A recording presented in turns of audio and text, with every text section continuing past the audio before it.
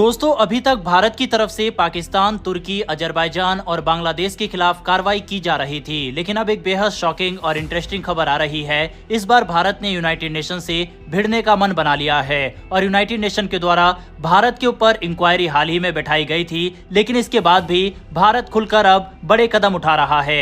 दरअसल हाल ही में United nation की तरफ से भारत के ऊपर ये कहते हुए इंक्वायरी बिठाई गई थी कि भारत के द्वारा कई बांग्लादेशी नागरिकों को जबरदस्ती जहाज और नाव में बैठाकर समुद्र में छोड़ा जा रहा है, जो कि मानवता के खिलाफ है। हालांकि जब यही इलीगल लोग भारत में दंगे या फिर अन्य गतिविधियों में शामिल होते हैं, तब यूनाइटेड नेशन, अमेरिका और दुनिया भर के देश मानवता भूल जाते हैं। लेकिन इस मामले में न सिर्फ भारत को लेक्चर इनके द्वारा दिया गया, बल्कि भारत के खिलाफ इंक्वायरी भी बिठाई गई और भारत को कहा गया कि आपके यहाँ पर जो शरणार्थी रह रहे हैं उनको कोई दिक्कत ना हो और जो उनके खिलाफ एक्शन ले रहा है उसके खिलाफ कार्रवाई की जाए। इतना ही नहीं, इनको जो जबरदस्ती जेल वगैरह में डाला जा रहा है वह भी भारत ना करे।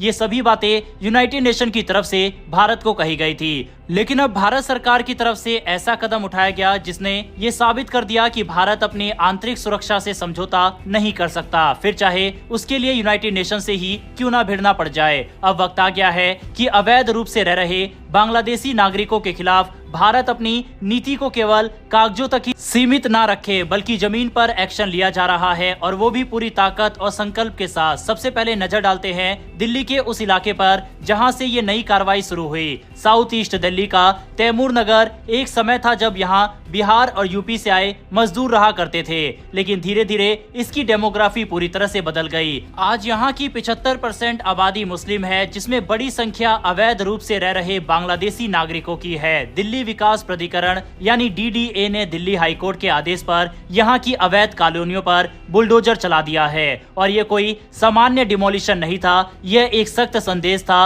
उन लोगों के लिए जो बगैर दस्तावेजों के भारत में आकर गैर कानूनी रूप से बस गए हैं। बात करते हैं भारत सरकार की नई पॉलिसी की, जो पहले से कहीं ज्यादा कठोर और तेज है। केंद्रीय गृह मंत्रालय MHA ने सभी राज्य और केंद्र शासित प्रदेशों को आदेश जारी किया है कि आप अपने अपने इलाकों में अवैध इमिग्रेंट्स को पहचानिए, चिन्हित करिए और 30 दिन के भीतर डिपोर्ट कर दीजिए। यानी कि 30 दिन का अल्टीमेटम जारी किया गया है। यहाँ अब दस्तावेजों की वेरिफिकेशन का लंबा चौड़ा प्रोसेस नहीं होगा। यदि कोई भी शख्स भारत में अवैध रूप से पाया जाता है और उसकी नागरिकता साबित नहीं होती, तो उसे सीधा बांग्लादेश भेजा जाएगा। ये एकदम स्पष्ट संदेश है। अब कोई बहाना नहीं चलेगा, अब सिर्फ कार्रवाई होगी। आपको बता दे, दिल्ली अकेला ऐसा इलाका नहीं है। पश्चिम भारत में गुजरात, यहाँ की पुलिस ने 2 हफ्ते पहले अहमदाबाद और सूरत में जबरदस्त रेड मारी और एक ही ऑपरेशन में 1000 से ज्यादा बांग्लादेशी नागरिकों को हिरासत में लिया गया। और फिर क्या हुआ, 4 मई को 2 एयर इंडिया की फ्लाइट्स में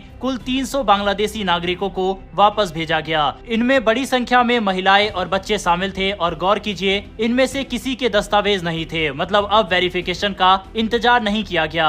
अब सवाल ये उठता है कि क्या भारत की ये नीति बांग्लादेश के साथ रिश्तों को बिगाड़ सकती है? तो देखा जाए तो भारत और बांग्लादेश के रिश्ते ऑलरेडी काफी बिगड़े हुए हैं। हाल ही में बांग्लादेश सरकार ने एक बार फिर से एक ऐसा नक्शा जारी किया था जिसमें भारत के नॉर्थ ईस्ट के हिस्सों और पश्चिम बंगाल को ग्रेटर बांग्लादेश में शामिल दिखाया गया। यह कोई पहली बार नहीं था, पिछले साल दिसंबर में भी यही हरकत की गई थी। अब भले ही भारत सरकार की कार्रवाई और इस नक्शे का कोई सीधा लिंक ना हो, लेकिन यह बात साफ है, जब एक पड़ोसी देश इस तरह की भड़काऊ हरकत करता है तो भारत की नीति भी अब रेस्पॉन्सिव और प्रोएक्टिव हो गई है। हो सकता है कि अब आप सोच रहे हो कि क्या ये लीगल है? क्या दस्तावेजों के बिना किसी को डिपोर्ट करना कानूनन सही है? क्या UN इस मुद्दे पर भी दखल देगा? तो इसका जवाब भी सरकार ने दे दिया। जब बात देश की सुरक्षा और डेमोग्राफिक बैलेंस की हो तो सरकार के पास पर्याप्त अधिकार होते हैं कि वह अपनी पावर्स का इस्तेमाल करे और दिल्ली हाईकोर्ट ने भी इस बात पर मुहर लगा दी है कि यमुना के किनारे बने ये अवैध ढांचे असल में इलीगल है और इन्हें हटाना ही होगा। भारत सरकार अब एक व्यापक नीति पर काम कर रही है, जिसमें सिर्फ बांग्लादेशी नहीं बल्कि म्यांमार से आए रोहिंग्याज मुस्लिम पर भी निगरानी बढ़ा दी गई है। केंद्र सरकार की योजना है कि हर राज्य अपने स्तर पर एक डेटाबेस बनाए, उसमें सभी संदिग्ध इमिग्रेंट्स का रजिस्ट्रेशन किया जाए। इसके साथ ही भारत अपने बॉर्डर सिक्योरिटी मैकेनिज्म को भी और मजबूत कर रहा है, खासकर बांग्लादेश के साथ लगती सीमा पर। स्पेशल इंटेलिजेंस यूनिट्स और फ्लड लाइटिंग्स की व्यवस्था की जा रही है ताकि रात के अंधेरे में अवैध प्रवेश को रोका जा सके। कुछ लोग इसे चुनावी राजनीति कह सकते हैं, लेकिन जब देश की राजधानी के पॉश इलाके तक अवैध इमिग्रेंट कॉलोनियां बसा ले तो क्या इसे सिर्फ पॉलिटिक्स कहा जा सकता है? यह एक राष्ट्रीय सुरक्षा का मामला है और भारत अब अपनी घरेलू नीति को इस नजर से देख रहा है, क्योंकि देखा जाए तो अभी भी भारत के कुछ राज्य जैसे कि वेस्ट बंगाल वगैरह इन इलीगल लोगों पर कोई कार्रवाई नहीं कर रहा और उल्टा बांग्लादेश की सरकार की तरफ से कहा जा रहा है कि ये केंद्र सरकार की साजिश है, वह भी देश में हिंदू मुस्लिम को बांटने की। ऐसे में ममता सरकार का इनको सपोर्ट करना भारत के लिए काफी घातक हो सकता है।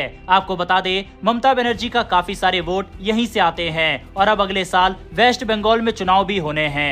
ऐसे में ममता बनर्जी के द्वारा इन लोगों से सहानुभूति जताई जा रही है और इसे एक पॉलिटिकल मुद्दा बनाने की कोशिश की जा रही है, जिससे उन्हें चुनाव में फायदा हो। इसी वजह से अभी तक उनकी तरफ से कोई भी कार्रवाई इन लोगों के खिलाफ नहीं की गई है और इसे बस भाजपा की साजिश करार दिया गया है। रही बात यूनाइटेड नेशन की, तो भारत के एक्शन ने साफ कर दिया है कि हमें फर्क नहीं पड़ता, आपकी इंक्वायरी और इन्वेस्टिगेशन से हमें जो करना है हम वो करेंगे और खुलकर करेंगे।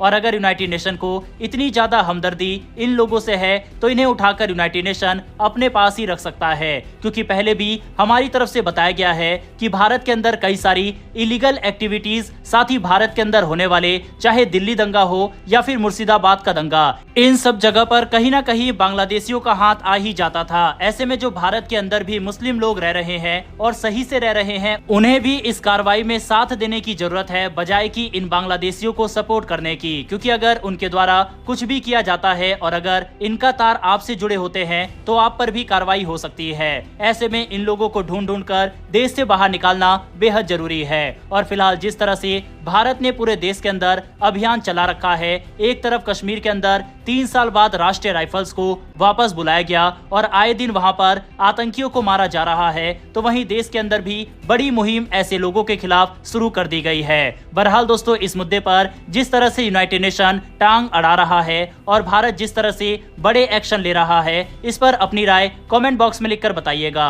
साथ ही यूनाइटेड नेशन के ऊपर भी 2 शब्द कमेंट बॉक्स में लिखकर बताइएगा। फिलहाल इस वीडियो में इतना ही। अगर आपको हमारी कवरेज पसंद आई हो तो हमें सपोर्ट करने के लिए नीचे दिए गए सब्सक्राइब बटन को प्रेस कर बेल आइकन को दबा सकते हैं, जिससे हमारी डेली ऐसी वीडियो आप तक सबसे पहले पहुंच सके। फिर मिलेंगे ऐसी एक नई वीडियो के साथ। धन्यवाद। जय हिंद, जय भारत।